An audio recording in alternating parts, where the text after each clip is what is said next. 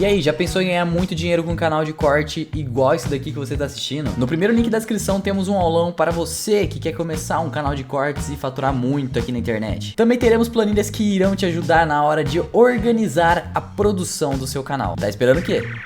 Começando por essa questão aí do dólar, de repente, né, que é o tema que muita gente veio. O dólar, ele faz todo economista passar vergonha. Total. Porque quando tá subindo, a gente fala que vai continuar subindo, cai. Quando tá caindo, a gente Vai fala que vai sempre no cair. embalo da última Vai cotação. sempre no embalo. Se a gente pudesse já começar aí, com o pé na porta, dólar, professor Cabral, o que aconteceu pro dólar subir daquele jeito e depois cair?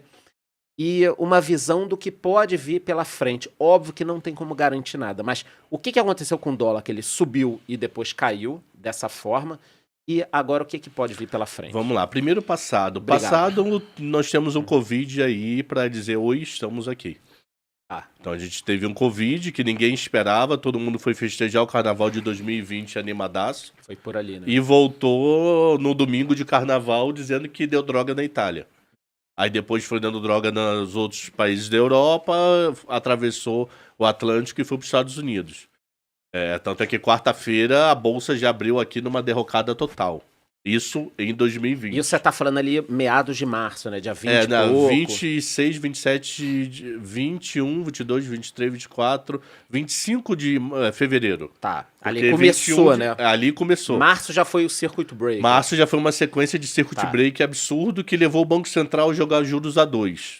Aí que gringo parar pra pensar? Pô, num país subdesenvolvido, independente de quem tá no comando, pra eu ganhar 1,90 de CDI ou ir para os Estados Unidos para ganhar numa curva longa 0,75, eu vou para os Estados Unidos ganhar numa curva longa 0,75 e não vou ganhar 1,90 no Brasil e faz sentido. Então o que você tá falando, só pra gente pontuando pra galera entender, é que o dólar ele acabou subindo porque o Brasil colocou a taxa de juro muito baixa. Um dos motivos foi esse. Jogou a taxa muito baixa. Perfeito. Eu prefiro ir para primeiro mundo ganhando menos, mas eu sei que ali é primeiro mundo. Se você parar pra pensar, pô, eu tô no mercado desde 93. Quando você pondera pelo risco, lá ainda tava mais...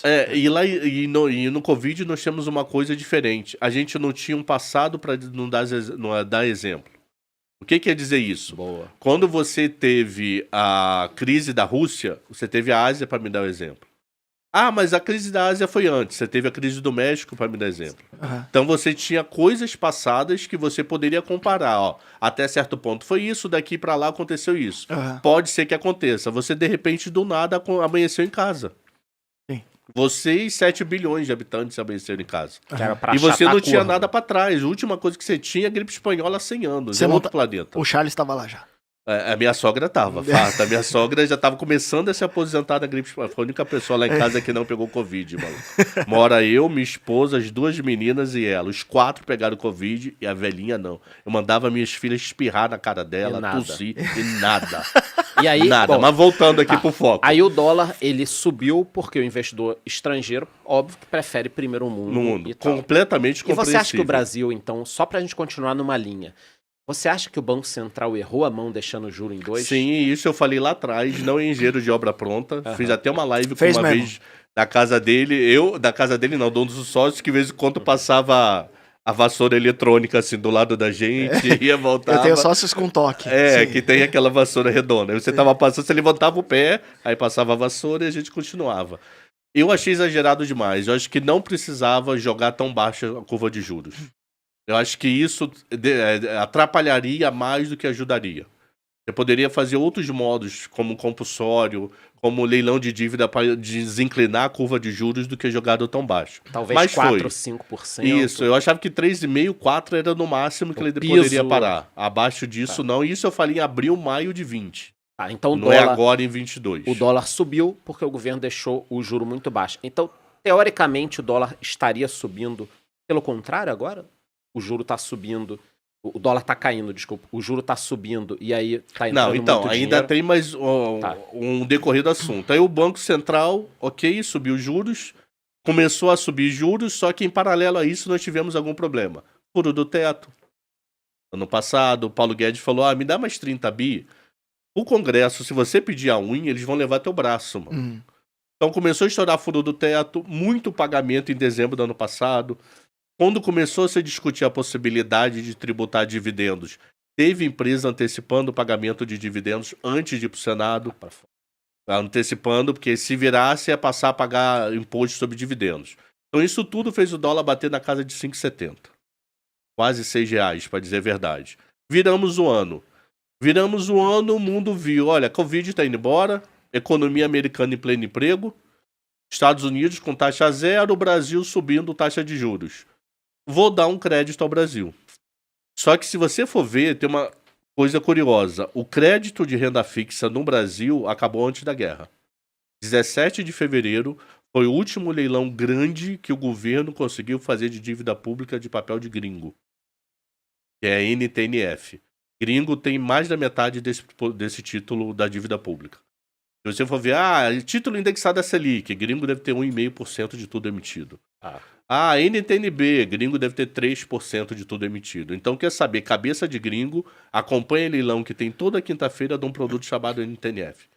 Quase toda quinta, essa quinta eu não fiz, porque foi na quarta eu tava embolado. Eu tuito dizendo, o gringo veio, o gringo não veio. É aí que o gringo faz a feira? É aí que o gringo faz a feira na renda fixa. Tá? Então, a renda fixa, o último leilão acima de 200 milhões foi dia 17 de fevereiro.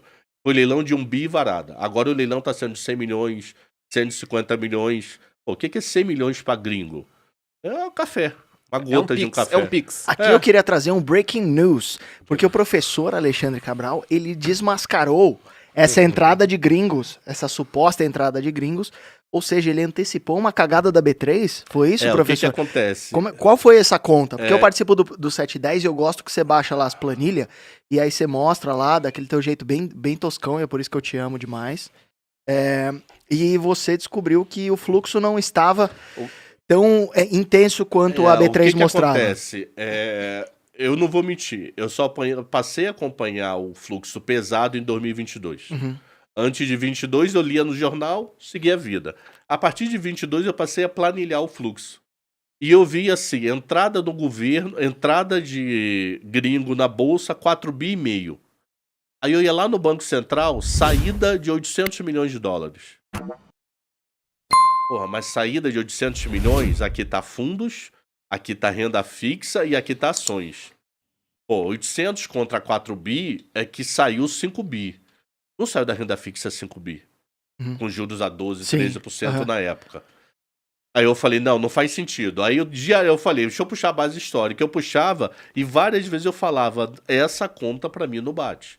Ou o gringo tá com dinheiro no Brasil desde dezembro, trouxe a grana lá atrás e agora decidiu comprar bolsa, ou não faz sentido alguns dias que a bolsa diz que é 3 bi e você tem saída de 1,7 bi. Sim. Teve um dia, na sexta-feira antes da guerra, que teve uma entrada pesada de dinheiro na bolsa e teve o maior dia de saída de um único dia de câmbio. Tá, então você estava casando os dados do Bacen com o da B3 e você via uma disparidade. Só que os dados do Banco Central tem 3 números ali dentro que ele só abre uma vez por mês. Que com a greve agora ele não tá abrindo.